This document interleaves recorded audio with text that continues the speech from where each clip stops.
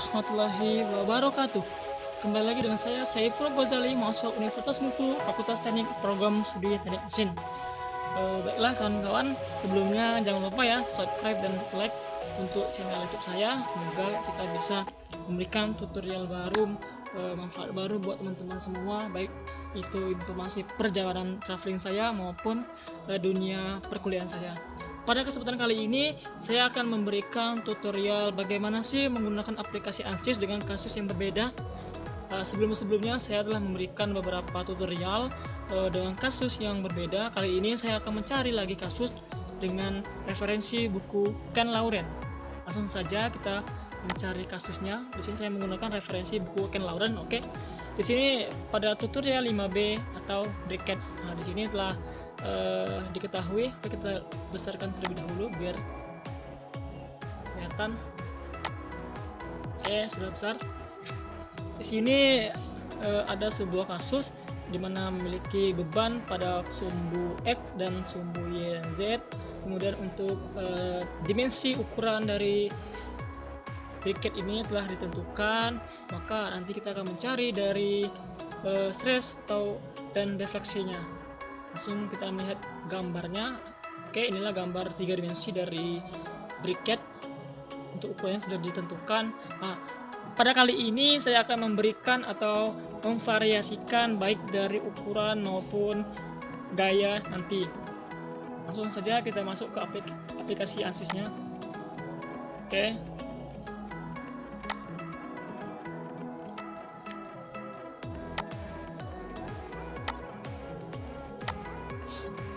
Baiklah, inilah aplikasi Ansys yang saya gunakan, aplikasi Workbench 2015. Kita klik statik struktural. Oke, setelah tampil statik struktural, langkah selanjutnya kita klik geometri. Pada tutorial ini kita tidak menginputkan datanya karena untuk data seperti yaw modulus, point ratio-nya itu tidak digunakan.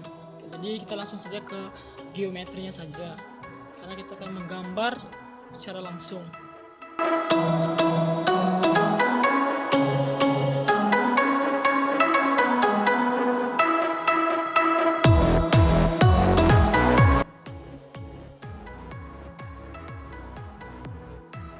Baiklah, inilah tampilan dari geometri. Langkah awal kita atur terlebih dahulu untuk unit atau satuannya. Di sini saya menggunakan satuan milimeter. Kemudian kita klik sumbu XY, maka di sini saya akan menggunakan langkah awal untuk menggambar desainnya pada sumbu XY. Kita klik kanan pada sumbu XY, kita klik logout. Oke, seperti ini teman-teman bisa lihat. Langsung saja kita langsung menggambar dua dimensinya. Maka di sini saya akan menggunakan di sini kita klik draw. Di sini ada pilihan line, kemudian ada polyline. Nah, di sini saya menggunakan lebih cepatnya kita menggunakan polyline saja ya teman-teman. Oke. Di sini saya akan tarik. Buat teman-teman jangan takut ya untuk garisnya tidak simetri atau tidak lurus nanti, karena nanti kita dapat meluruskan garis ini dengan menggunakan constraint. Oke, seperti ini teman-teman bisa dilihat. Oke. Setelah seperti ini kita klik kanan, lalu kita close end. Oke. Oke, ini dari desainnya. Oke, tadi kan teman-teman takut tidak lurus nih gambarnya. Kita langsung klik constraint terlebih dahulu. Di sini ada pilihan horizontal, vertikal. Oke, di sini saya akan ke bagian horizontal dulu, maka kita luruskan bagian horizontalnya. Setelah seperti ini kita langsung ke bagian vertikal. Setelah vertikal kita klik pada garis vertikal. Oke. Nah, di sini kan ada bagian bawah nih, adalah bagian bawah dimensinya, kemudian ada bagian ketinggiannya atau ketebalan ketinggian. Maka kita pilih kita pilih equilength. Apa sih gunanya equilength nih? Ini untuk menyamakan kedudukan atau dimensi pada bagian bawah dan bagian atas, maka dia sama dimensinya. Oke, dan seperti ini. Oke teman-teman, dan seperti ini kita langsung ke dimension. Kita akan memberikan ukuran dari gambar ini. Oke, ini ada general seperti ini teman-teman bisa lihat. Kemudian ada bagian bawah. Oke, Ini ada F1, H2 dan F3. Sebenarnya tidak perlu ya di sini karena kita tadi sudah constraint kan, kita unduh kan. Oke. Di sini karena kita setelah constraint, maka ini dengan nanti setelah kita memberikan ukuran pada F1, maka dengan otomatis pada bagian ini nanti dia akan sama dimensinya karena tadi kita telah mengklik equivalent. Oke, untuk H2 kita ada H2 ya, H2. Untuk H2 panjangnya dengan panjang 50 mm. Kita rubah 50 mm. Oke, seperti ini. Kemudian untuk F3 dengan ketinggian 100. Oke, ada seperti ini. Kemudian untuk F1 nya, F1 dengan ketebalan 10 mm. Oke, dengan otomatis ya, ini bisa teman-teman lihat, dengan otomatis pada ketebalan bagian bawah dengan ketebalan bagian atas dia akan sama karena tadi kita telah menggunakan equivalent. Setelah seperti ini, kita langsung pilih extrude. Apa sih gunanya extrude ini? Oke, di sini saya jelaskan terlebih dahulu. Extrude ini untuk membuat gambar 2D ini menjadi gambar dimensi 3 atau 3 dimensi seperti nyata. Kita klik extrude sketch terlebih dahulu. Setelah kita klik sketch, kita apply. Oke, sini kita apply. Kemudian untuk depth atau ketebalannya seperti ini teman-teman bisa lihat. Oke, kita isometrikan terlebih dahulu. Oke, seperti ini ya. Di sini saya menggunakan ketebalan 60 ya, panjangnya. Oke. Ini sudah nampak ya, cuman dia masih berbentuk 2 dimensi. Kita generate-kan.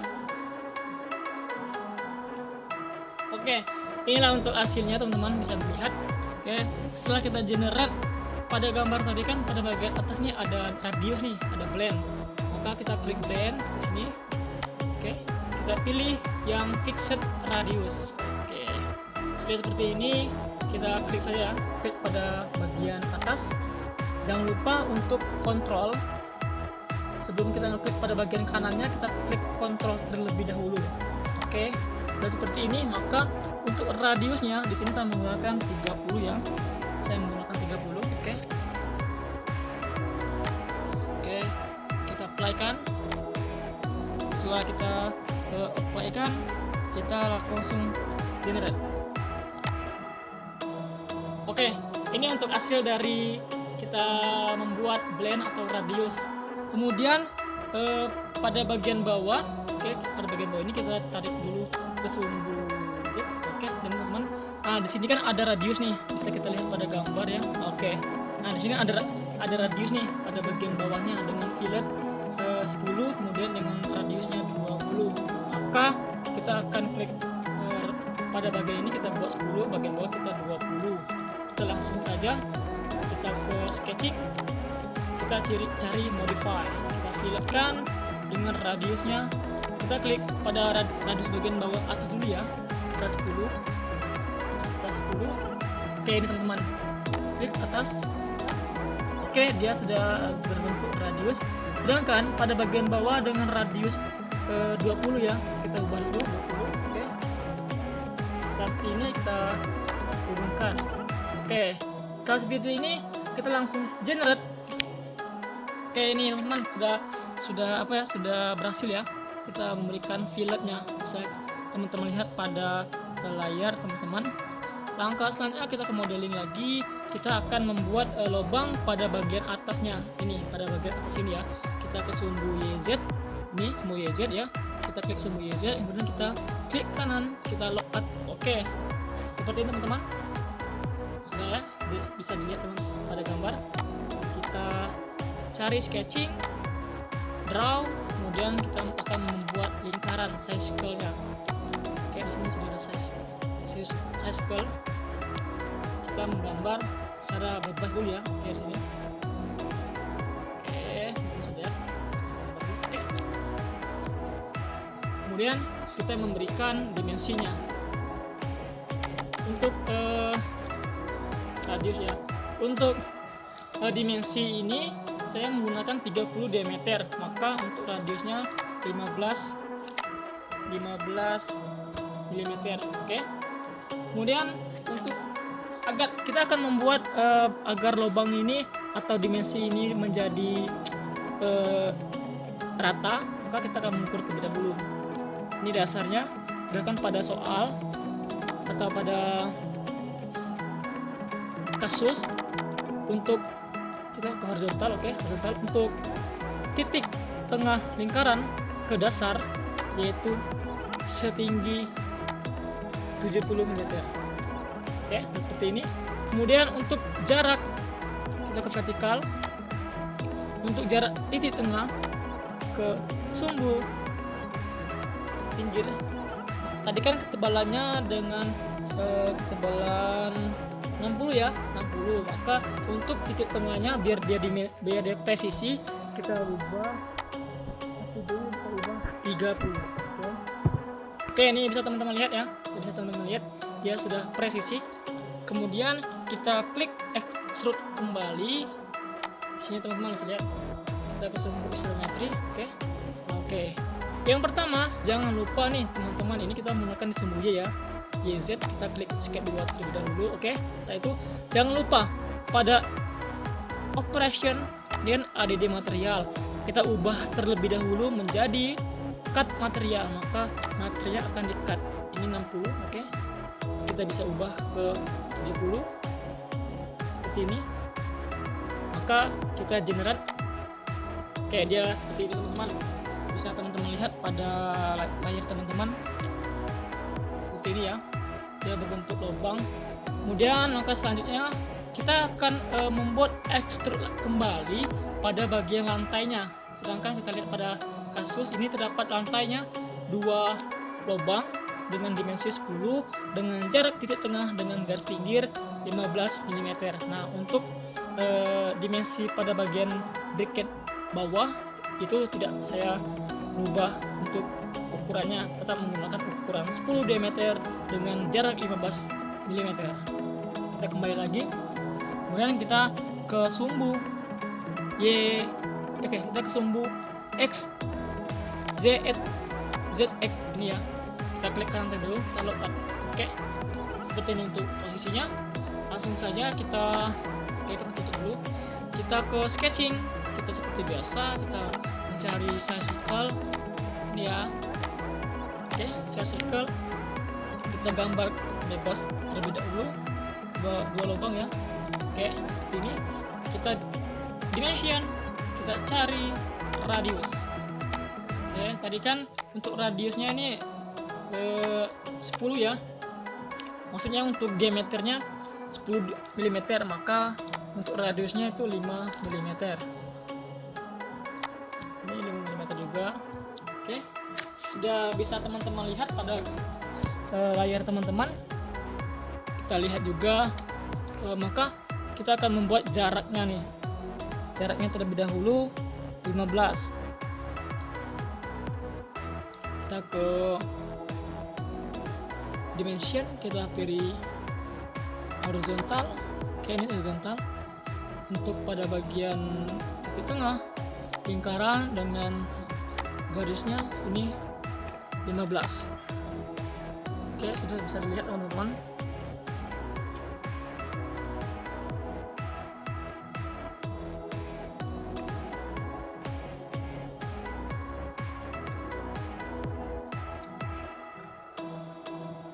Kita dari vertikal ini 15 juga ya, ke bagian bawah ini 15. Oke, seperti ini teman-teman bisa lihat. Kemudian kita akan membuat ukuran pada bagian lubang yang kanan. Kita membutuhkan garis bantu terlebih dahulu. Di sini saya menggunakan line. Oke,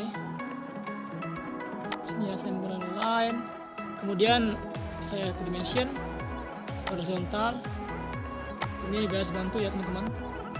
Oke, untuk jarak dari lebar bracket yaitu 60. Oke, seperti ini.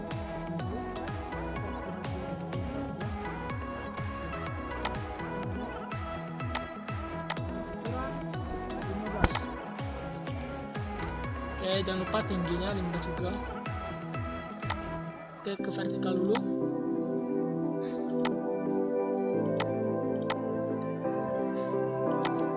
Oke, bisa teman-teman lihat pada layar teman-teman. Setelah seperti ini, kita kembali lagi ke extrude ini ya teman-teman. Kita extrude.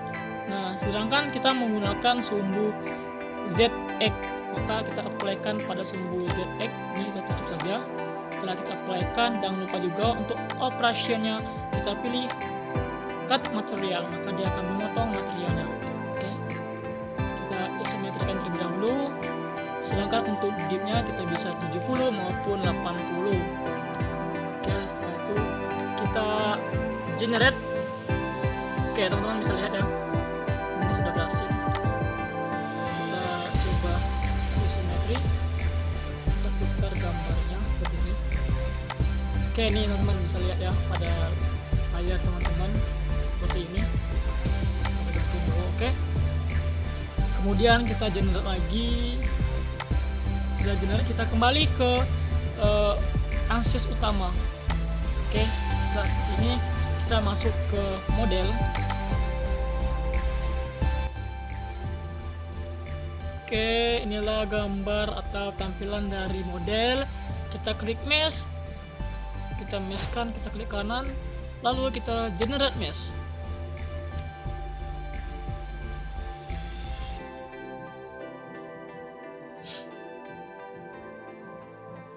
Oke, inilah tampilan dari generate mesh-nya teman-teman, bisa dilihat pada layar. Langkah selanjutnya kita klik static struktural kanan, kita klik kanan maksudnya ya. Kita klik insert, kemudian kita cari fix support. Oke, apa sih gunanya fix support ini? Mungkin teman-teman sudah ingat ya, sudah masih tahu. Untuk menentukan itu kita akan menentukan titik tumpunya nih. Oke, untuk titik tumpunya kita letak pada bagian bawah ini. Oke, kita apply. Oke, sudah titik tumpunya sudah kita tentukan, maka selanjutnya kita memasukkan kondisi batasnya kembali pada insert, kemudian kita pilih force ya, force. Oke, kita pilih force, kemudian kita putar terlebih dahulu. Oke, seperti ini. Nah, kita putar terlebih dahulu ya. Oke, sini teman-teman bisa lihat. Oke, setelah kita putar, di sini saya membuat pada bagian luar dari salah. Kita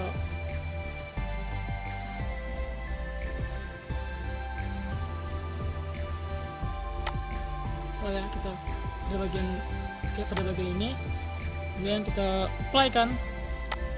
Oke, setelah kita apply, kita memasukkan ukuran besaran yang kita gunakan tadi.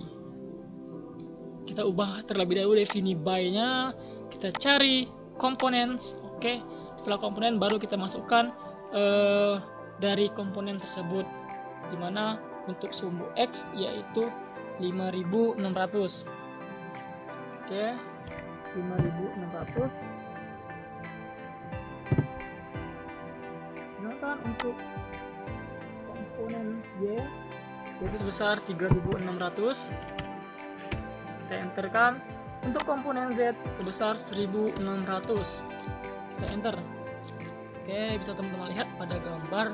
Setelah kita memberikan gayanya pada sumbu X, Y, dan Z, maka kita memasukkan pada soal, dimana pada soal ini kita akan mencari dari stress dan equivalent point misses-nya. Maka kita klik solution, kita klik kanan, kita pilih insert.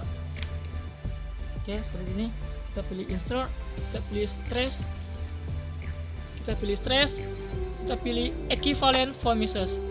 Kemudian setelah equivalent stress, kita akan mencari dari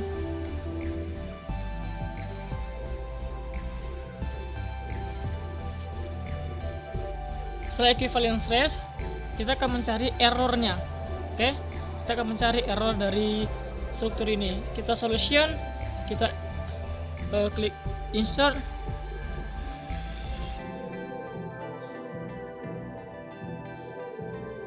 kemudian kita pilih stress. Oke, setelah kita memasukkan equivalent stress, kita klik solution kembali, kita insert, kita pilih stress, kita akan mencari errornya. Oke, setelah error, Setelah kita masukkan errornya, maka kita akan solve.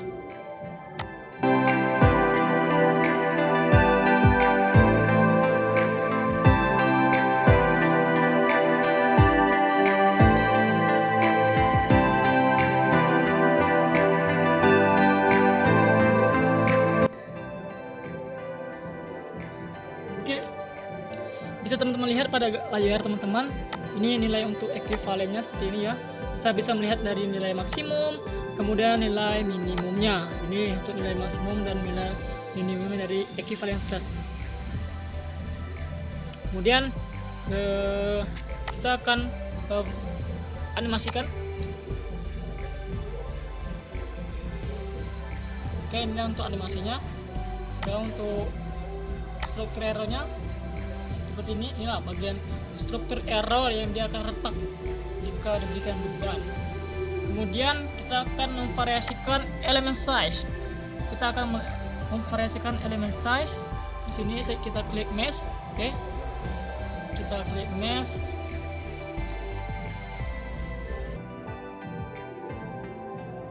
Oke, kita klik mesh.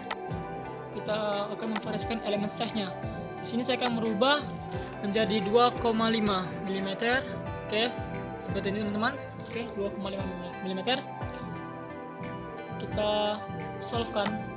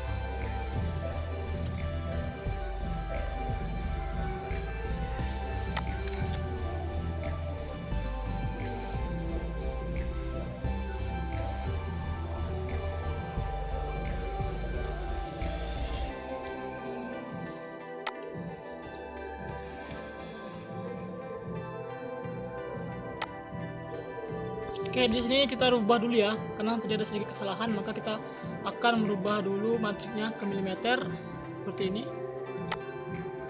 Maka kita buat 2,5 mm.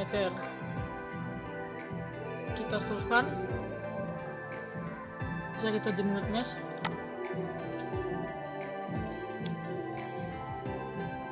Oke, inilah hasil generate mesh setelah elemen size-nya kita ubah menjadi 2,5 mm. Tadi ada sedikit kesalahan dimana untuk satunya tidak kita ubah ya tadi ya. Oke, setelah seperti ini langsung kita solvekan.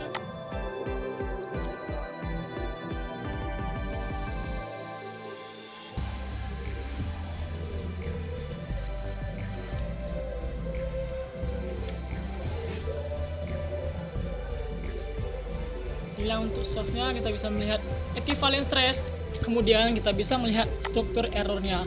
Kita klik solution, kita akan mencari deformasinya, deformasi total. Oke, kemudian kita solvekan kembali. Oke, sudah solve ya. Oke, sudah solve. Teman-teman bisa lihat pada layar teman-teman. Kita ke isometri. Oke, inilah untuk gambarannya teman-teman. Kita bisa lihat ekuivalennya di mana nilai maksimum dengan nilai minimumnya yang diketahui, kemudian nilai struktur errornya dan total deformasinya. Bisa kita lihat animasinya ya teman-teman. Inilah untuk animasi total deformasinya. Nilai terbesar yaitu terletak pada bagian atas karena dia diberikan beban. Maka sedangkan untuk struktur errornya setelah kita animasikan kayak seperti ini.